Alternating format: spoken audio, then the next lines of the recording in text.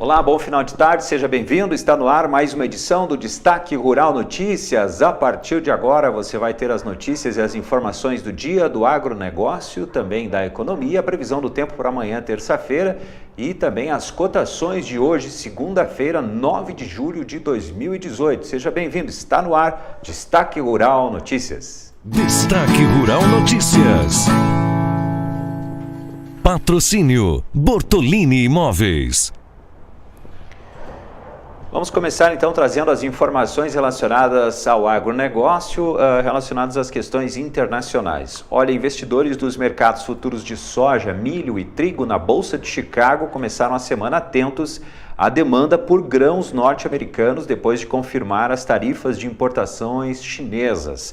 As disputas comerciais dos Estados Unidos com outros países além da China continuam sendo monitoradas. As previsões para o clima nos Estados Unidos, também em importantes regiões produtoras como o Mar Negro, também devem direcionar o mercado agora que as lavouras do país começam a entrar em etapas mais importantes para definir o rendimento. Com relação à soja, a imposição de tarifa de importação pela China sobre a soja norte-americana, no caso, que foi confirmada na última sexta-feira, deve ampliar a demanda chinesa pela soja do Brasil. Mas os futuros de soja na Bolsa de Chicago tiveram alta de mais de 4% depois da notícia. Os analistas estão ressaltando que os preços já caíram muito aí nos últimos meses em antecipação à tarifa e que o preço mais baixo da soja norte-americana em relação à brasileira atrai o interesse não só de tradicionais importadores, como até mesmo de fábricas do Brasil. Também relacionadas a questões de notícias internacionais do agronegócio, tem algumas sobre café e também açúcar. A Organização Internacional do Açúcar, a OIA, prevê publicar a sua primeira previsão completa para o balanço mundial da commodity na safra de 2018-2019, que começa em outubro e agora se encerra em setembro do ano que vem, na segunda quinzena de agosto. Segundo a entidade, no seu relatório mensal que foi divulgado hoje, os números preliminares apontam para um possível excesso da produção global sobre o consumo em mais uma temporada, embora com uma menor excedente global de cerca de 6 milhões de toneladas em 2018 e 2019, comparado a um superávit de 10,5 milhões de toneladas esperado para a atual safra. A instituição, que tem sede em Londres, já havia apresentado estes números acima no fim de maio durante a terceira revisão sobre o balanço de 2017 e 2018. Se for confirmada a produção de 10 milhões e 512 mil toneladas acima do consumo, vai ser o maior excedente de oferta da commodity da história da comercialização mundial. Também tem uma outra informação relacionada a esse assunto, só que também do açúcar, que depois de vários meses de queda implacável de preços, a tendência de baixa nos valores do mercado mundial de açúcar parou em maio e uma nova consolidação de preços seguiu em junho, segundo a constatação feita no relatório mensal divulgado então pela Organização Internacional do Açúcar, a OIA. Também agora sobre o café, né? A OIC, que é a Organização Internacional do Café, revisou para baixo a sua projeção para a produção global, então, do café na safra 17-18 de 159,66 milhões de sacas no relatório mensal de maio para 158,56 milhões de saca no relatório de junho. A nova estimativa agora é 0,3% inferior do que a oferta total do ciclo passado. Até o mês anterior, a expectativa era de um aumento do abastecimento de 1,2% ante o ciclo 2016-2017. Ainda falando sobre exportações, mas agora um outro produto, a carne. Olha, o volume de carne in natura exportada cresceu mais de 100% na parcial de julho, segundo apontam dados do Ministério da Indústria, Comércio e Serviços, divulgado pela Secretaria de Comércio Exterior. O destaque ficou com a carne bovina, que totalizou 34.800 toneladas até o quinto dia útil, com média diária de 7.000 toneladas, ou 168,5% mais do que no mês passado e 38,9% frente ao mesmo período do ano passado. Quando o assunto é receita, o boi rendeu 145,4 milhões de dólares, 29,1 milhões por dia. Resultado 118,9% melhor do que em junho e 36,8% acima de junho do ano anterior. O desempenho negativo foi no preço médio da tonelada, que ficou em 4.178 dólares e 40 cents, representando então baixa de 18,15%. E 1,5% frente a junho de 2018 e julho de 2017.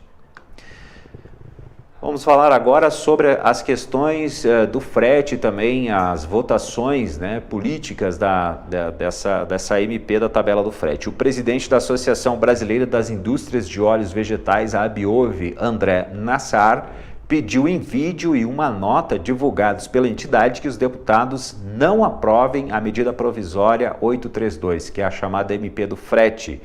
Ela estabelece aquele piso mínimo para o transporte rodoviário de carga. A votação está marcada para acontecer amanhã no plenário da Câmara.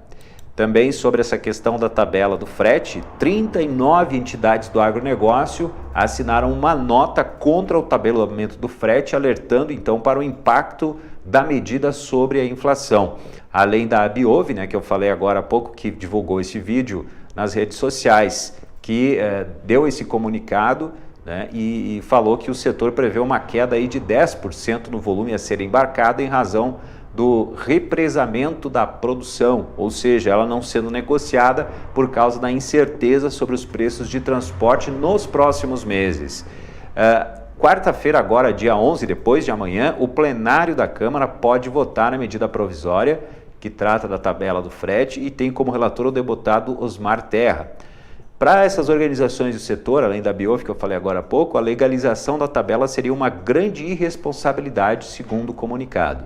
Em junho, conforme a nota, o IPC-FIP para o setor de alimentação foi de 3,14%, queda de 0,10% em abril. No setor de transportes, o indicador foi de 1,01% no mês passado, contra 0,05% em abril.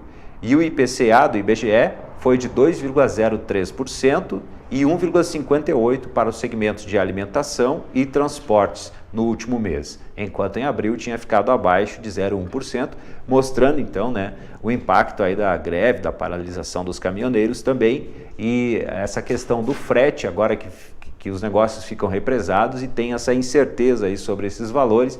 Por causa disso, então, as entidades estão alertando que a inflação pode aumentar em função deste assunto. Mas ainda tem uma outra informação agora sobre bovinos, que a Associação dos Criadores de Mato Grosso do Sul, que é a Acrisul, vai fazer uma reivindicação ao governo do estado do Mato Grosso do Sul para fazer uma nova redução sobre o ICMS, Imposto sobre Circulação de Mercadorias e Serviços, para vendas interestaduais do boi em pé para abate.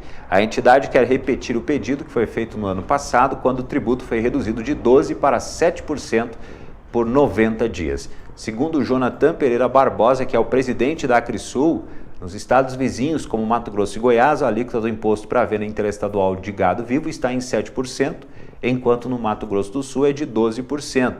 Ele diz que estão sendo promovidas conversas com os setores do governo estadual, no caso do Mato Grosso do Sul, para que a pecuária seja novamente socorrida neste momento de grave crise pela qual passa o segmento. Informações agora de outro produto, ovos. O movimento de queda dos preços dos ovos, que começou no final de junho, se mantém no início do mês agora de julho em todas as regiões pesquisadas pelo CEPE, Centro de Estudos Avançados em Economia Agropecuária. O recebimento, mesmo que tenha acontecido o recebimento de salário neste período, ele não alavancou o consumo do produto. Esse cenário de demanda enfraquecida, combinado à oferta elevada, está pressionando as cotações dos ovos. Entre os dias 28 de junho e 5 de julho, o ovo tipo extra, branco, colocado na Grande Belo Horizonte, por exemplo, se desvalorizou 3,83%, com a caixa de 30 dúzias a R$ 82,23, em média na última quinta-feira. Para o produto a retirar em São Paulo, na cidade de Bastos, o mesmo tipo do produto recuou 6,06%, passou para R$ 75,01 a caixa. Já quanto ao outro tipo do ovo, o extra vermelho, colocado na Grande Belo Horizonte, as cotações recuaram 9%. A caixa foi para R$ 86,83 em média. Para retirada em Bastos, os valores registraram também baixa de 9% no período, fechou R$ 81,50. Segundo dados também que foram consultados pelo Centro de Estudos Avançados em Economia Aplicada, o CPE, as cotações do milho no mercado interno seguem em queda devido ao avanço da colheita. Quanto aos negócios, segundo o CPE, a queda de braço entre compradores e vendedores e indefinições em relação ao tabelamento de frete estão limitando os fechamentos de novos negócios.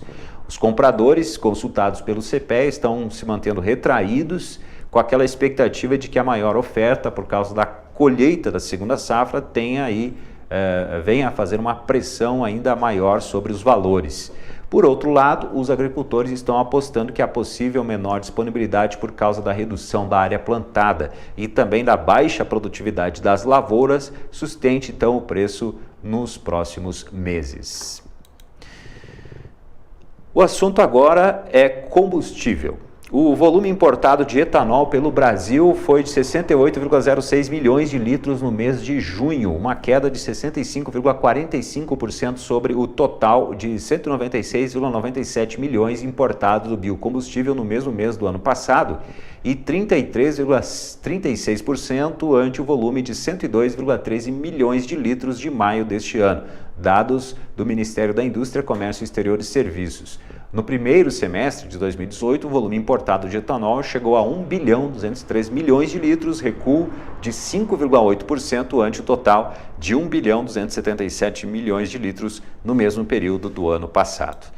Ainda falando sobre combustível, o valor médio da gasolina vendido nos postos brasileiros recuou em 16 estados na semana passada. Os dados são da ANP, compilados pelo AE Taxas. Em 8 estados e no Distrito Federal teve alta e no Amapá e Pará estabilidade. Na média nacional, houve baixa nos preços médios entre as semanas 0,07%, de 4,49 ou 4,498 para 4,495. No maior consumidor no estado que mais consome, que é São Paulo, e também com mais postos pesquisados, o litro da gasolina caiu 0,05% na semana passada, de R$ 4,274 para R$ 4,272 na média.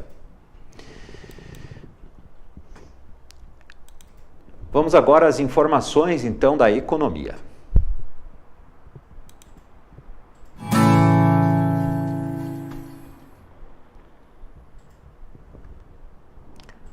Divulgado pelo governo federal, o Plano Agrícola 2018-2019, instrumento que define as principais medidas de política agrícola que devem ser seguidas nos próximos 12 meses, foi considerado tímido pelo setor, especialmente em relação às taxas de juros, segundo informa o Instituto de Economia Agrícola da Instituição de Pesquisa da Secretaria da Agricultura e Abastecimento do Estado de São Paulo. O volume de recursos a ser disponibilizado aos agricultores, estabelecido em 194,3 bilhões de reais, é 2,1% superior que o disponibilizado no ciclo anterior. Desses valores que foram disponibilizados para o crédito rural, 153,7 bilhões compõem os recursos com juros controlados e 37,4 bilhões com juros livres. Para apoiar a comercialização, foram previstos 2,6 bilhões de reais.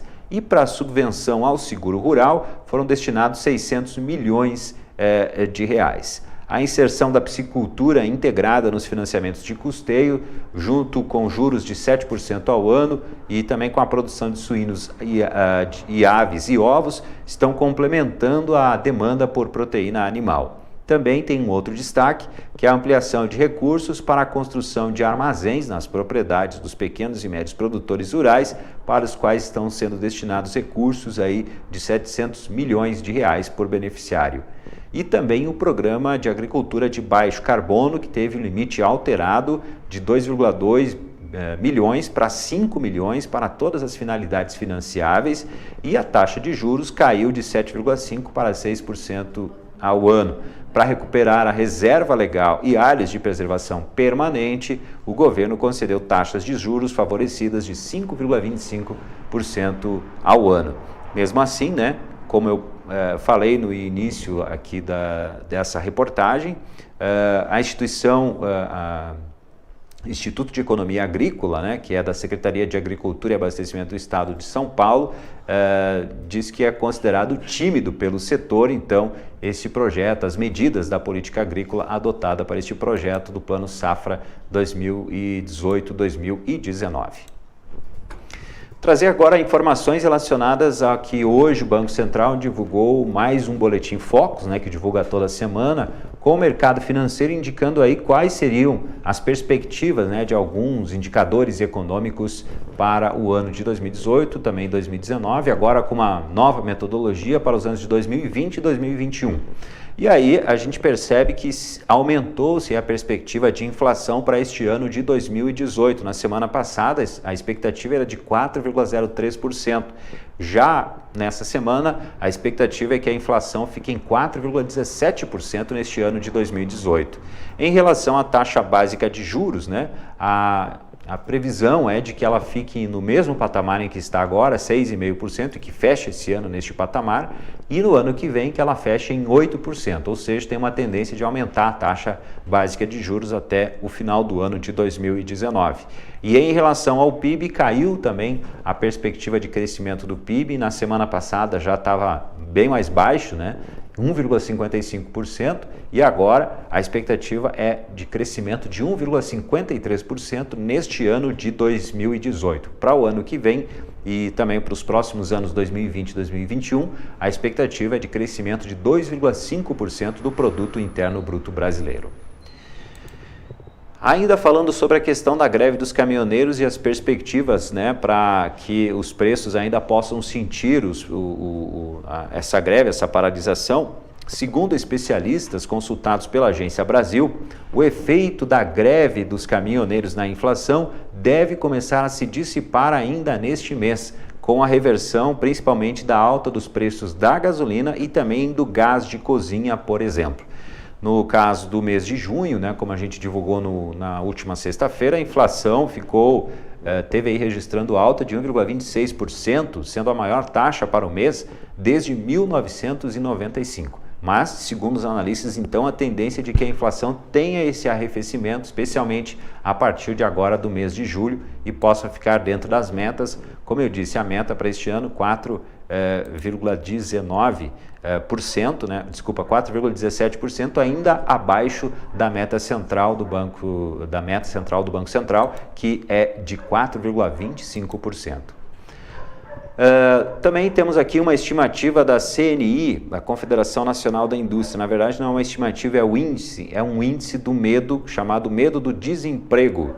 Poucas vezes nos últimos 22 anos os brasileiros ficaram tão preocupados com o emprego quanto agora, segundo o levantamento que mostrou que o índice do medo de desemprego subiu para 67,9 pontos no mês de junho, um valor que está 4,2 pontos acima do que foi registrado em março e entre os maiores da série histórica que começou em 1996. Só em maio de 1999 e em junho de 2016 o indicador tinha alcançado 67,9 pontos. Segundo a CNI, o índice está 18,3 pontos acima da média histórica de 49,6 pontos. O indicador, lembrando, ele varia de 0 a 100 pontos e quanto maior o índice, maior o medo do desemprego. Temos aqui também informações relacionadas à inadimplência do consumidor, também na área econômica, né, que caiu 1,7% no acumulado do primeiro semestre de 2018, de acordo com dados nacionais do Boa Vista SCPC. Se for feita uma comparação mensal com ajuste sazonal, junho apresentou variação negativa de 4,5% frente a maio. Quando comparado o resultado contra o mesmo mês do ano passado, o indicador evoluiu 4,5%. No acumulado em 12 meses, né, de julho de 2017 até junho de 2018, houve redução de 3,8%. Vamos agora passar as informações relacionadas à Bolsa de Valores, a negócios da Bolsa. Só lembrando que hoje não teve negócios na B3, que é a Bolsa Brasileira, porque foi feriado no estado de São Paulo, ou na cidade de São Paulo. Em função disso, então, Os analistas e também os investidores ficaram de olho nos papéis de companhias brasileiras que são negociados fora do país, especialmente em Nova York, que são chamados os ADRs. E esse assunto, ele também teve alguma repercussão, né, no que aconteceu no final de semana, aquela disputa jurídica na tentativa de tirar o ex-presidente Lula da prisão. Mas os analistas dizem que, apesar disso, a reação inicial do mercado, vista nos ADRs durante o feriado, se mostrou positiva. Eles não mostraram aí um grande impacto ao caos gerado no último domingo. Mas a tendência é agora dos analistas ficarem de olho justamente no que vai acontecer nessa semana, quando a partir de amanhã abrirem aí então os negócios na Bolsa de Valores brasileira. Vamos então agora às informações do clima.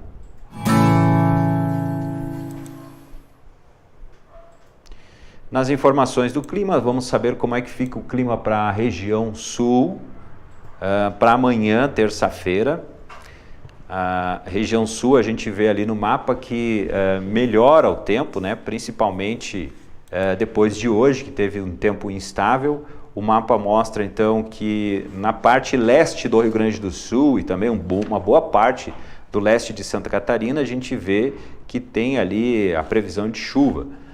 A previsão do tempo, segundo o Climatempo, diz que o vento que sopra do sul ainda deixa o tempo com muitas nuvens. Pode ter chuva a qualquer hora no nordeste do Rio Grande do Sul e também no sul e no leste de Santa Catarina. Nas demais áreas, a nebulosidade ainda varia, mas o sol predomina. Apesar do sol, diz a previsão, faz frio em toda a região sul. Então a gente vê que tem aí um frio previsto, apesar do tempo bom. Vamos agora saber como é que fica o tempo na região centro-oeste, né? Amanhã, terça-feira, dia 10 de julho. Na região centro-oeste, a gente vê que a maior parte, então, do mapa, né, mostra que o tempo fica bom.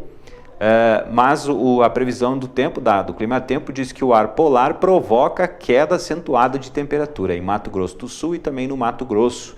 A nebulosidade aumenta em Mato Grosso e pode chuviscar no oeste do estado.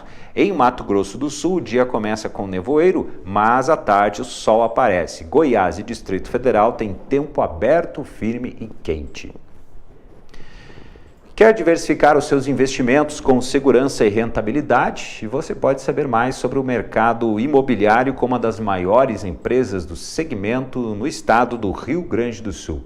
Investimento seguro e descomplicado é na Bortolini Imóveis. Você pode saber mais acessando o site bortoliniimóveis.com.br.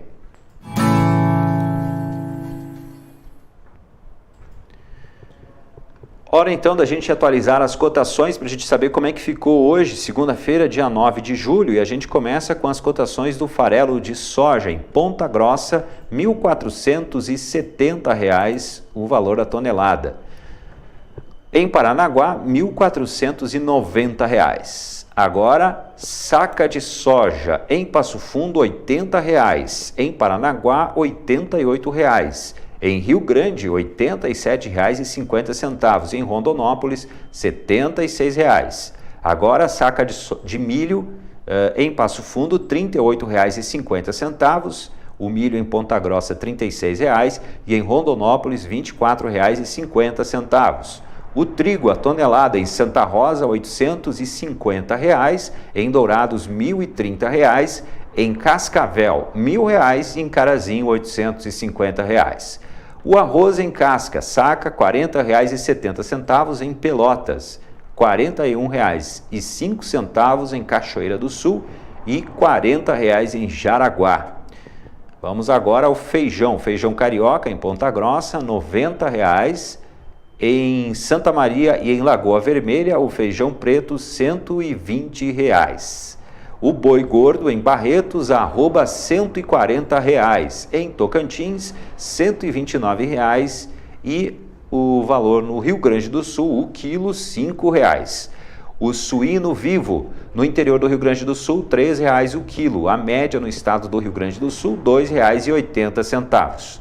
O frango vivo no Rio Grande do Sul, R$ 2,95. E em São Paulo, R$ 3. Ficamos por aqui então com o Destaque Rural Notícias, edição desta segunda, 9 de julho. Voltaremos amanhã às 18 horas ao vivo. Você pode acompanhar também o Destaque Rural Notícias gravado nas redes sociais, no canal do YouTube do Destaque Rural. Você também pode acompanhar o Destaque Rural, as informações relacionadas ao agronegócio, acessando o site destaquerural.com.br. E você também pode participar do programa, deixando aí o seu comentário nas redes sociais e pode também participar através do WhatsApp. Anota aí o telefone para participar do Destaque Rural, mande sua pergunta, suas sugestões para o número 54991169140. 54991169140. Uma boa noite e até amanhã. Destaque Rural Notícias. Patrocínio Bortolini Imóveis.